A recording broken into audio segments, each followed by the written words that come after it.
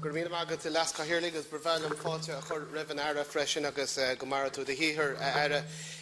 I'd also, with your permission, last Kahirli, like to welcome the various groups and people, guests from the Mosney and Reception Centre and from the Montague Reception Centre near Emo in Portlaoise, also representatives from Spirazi and the Jesuit Refugee Service and other friends who were very engaged by this very important issue. Minister, as you know, this is not the first time that the direct provision regime has been debated in this House. It has been in place, this regime, for nearly 15 years, and during that time, in my view, it has visited significant suffering and degradation on people who have had the ordeal of living within the system and on those unfortunate enough to find themselves still trapped in the living limbo that is a direct provision. It's a matter of great concern and shame to all of us that the government continues to defend the operation of the system in practice and in principle, although I acknowledge where your sympathies lie, Minister. You've expressed them clearly.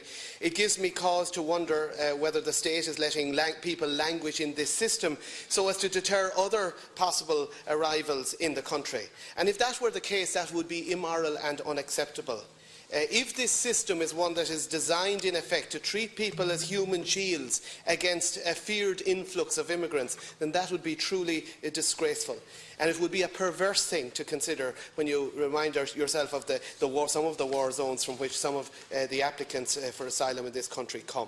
There are currently 4,353 asylum seekers in 34 centres across the state under contract to the Reception and Integration Agency. 727 new entrants to the direct provision in 2012-13. Between 2005 and 2013, the RIA has spent $690 million on the system. Looking beyond the simple statistics, though, it's the system's treatment of children that I find particularly abhorrent. None of the children in the system are responsible for their situation. They're forced to grow up in conditions of extreme abnormality. No civilised country should stand over this, in particular considering our recent constitutional amendment on children's rights. And when you consider that it's an abnormal thing, it's for a child not to grow up in a situation where their parents can't work to give them the basic necessities of life, or not to know what it is to have a family pet simply because of the way this system operates, I think brings home the bizarre nature of this existence for so many. Addressing the immediate concerns raised today should not prevent the Minister making a principled commitment, however, to abolishing the direct provision system in its entirety, although my motion doesn't go that far. Ireland has most recently been criticised by the UN Human Rights Committee, although I have to say I find that committee to be somewhat corrupt in its direction on some issues, but I nonetheless note its criticisms of Ireland in relation to the direct provision issue. Additionally, the UN Committee on the Elimination of All Forms of Racial Discrimination and the UN Committee Against Torture have levelled serious criticisms of our state in its treatment of people seeking asylum. Reports have noted the unreasonable periods of time that asylum seekers spend in the direct provision system, and they've expressed concern at the potential negative impact, and I'm quoting, that the policy has had on the welfare of asylum seekers. And they've highlighted in particular the lengthy process, but also the poor living conditions. It's a matter of concern to me that conditions seem to vary so much from one reception centre to the other. Some have the ability to give people a key to their own room, to have their own family space. Others require people to live in close quarters and to share rooms with people from another country, from another culture who they've never met before, with possible consequences for their sense of security and safety, but certainly with consequences for their sense of human dignity, which has not been respected in such situations. And joining the concerns of the United Nations, the Council of Europe Commissioners for Human Rights have queried our approach to asylum seekers. In 2011, former Commissioner Thomas Hammerberg noted the lack of progress made on the Immigration Residence Protection Bill and encouraged the state to update the law as a matter of urgency.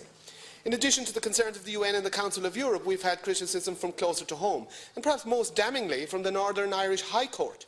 In August of last year, in the case of B&C versus Secretary of State for Northern Ireland, Mr Justice Stevens ruled that an applicant family from Sudan seeking subsidiary protection in Northern Ireland could not be returned to this state under the Dublin II regulation as sought by the UK Border Agency. Why? Because he noted, the judge did, the significant hardship asylum seekers in Ireland face, Among other things, their inability to work on pain of criminal sanction, the low rate of subsistence allowance, communal accommodation, meals, hostile environment towards family life, isolation and health problems. Only last Sunday night in Portlaoise I spoke to a person who week after week had to spend over 30% of her allowance on prescription charges, Minister.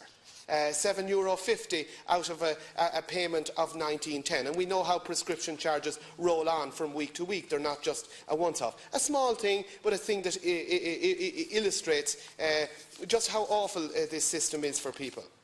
The judge in Northern Ireland, Judge Stevens, held that the best interests of the applicant children would not be protected if they were returned to the direct provision system here. And this should make troubling reading for any government minister.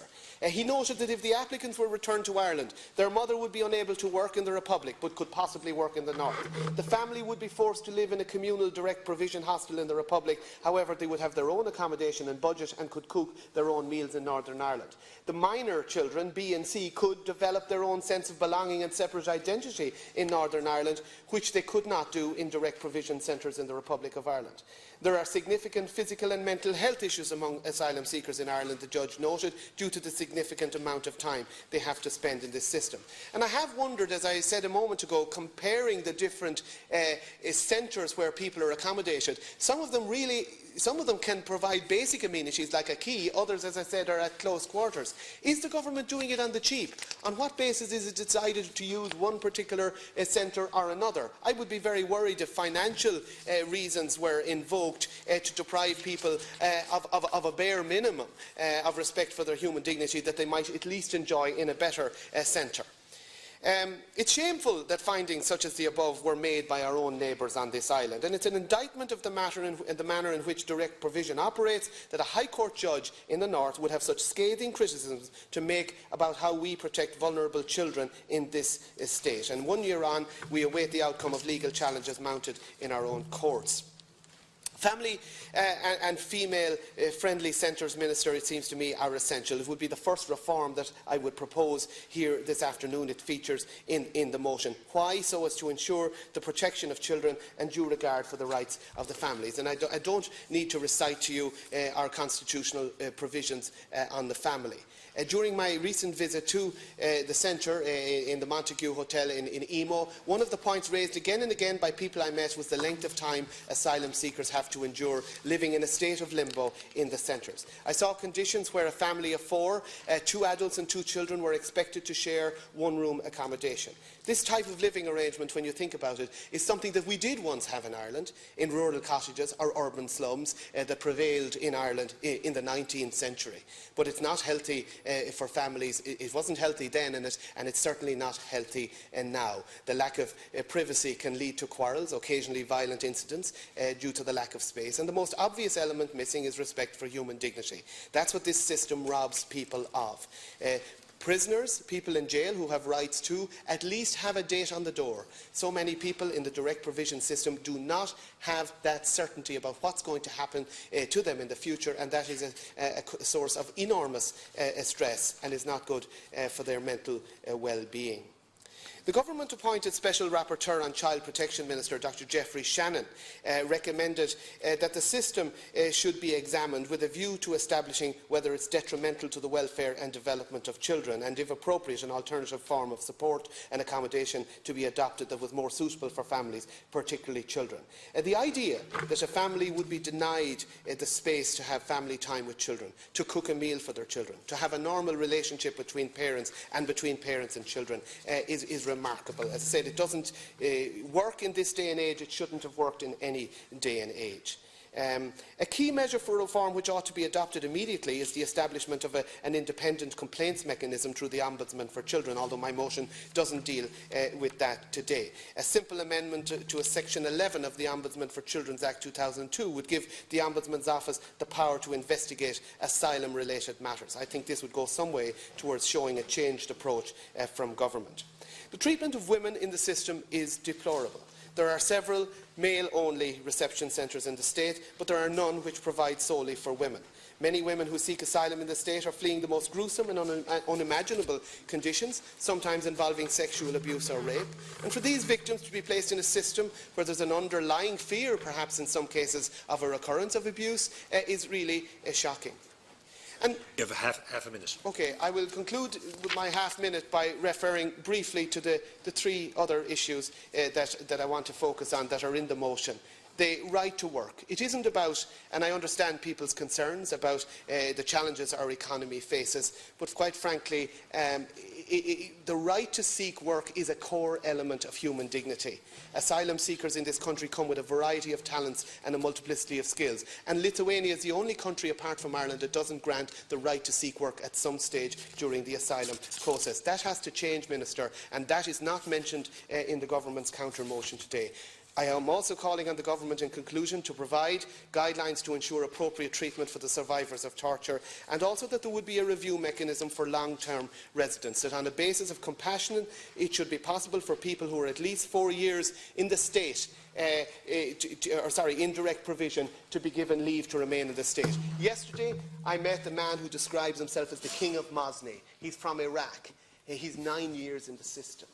Nobody is going to be sent back to Iraq. Let's have reality. Let's have acknowledgement of the basic requirements of human dignity. Let's change this awful system. And once again, I want to thank the many heroes, the asylum seekers themselves who have honoured us with their presence here today, but also the agencies working closely to bring change, and those positive elements in the government, and I would include yourself there, Minister, and others. But we need to see delivery now. We don't need a working group to tell us very much about what needs to change. We know it already.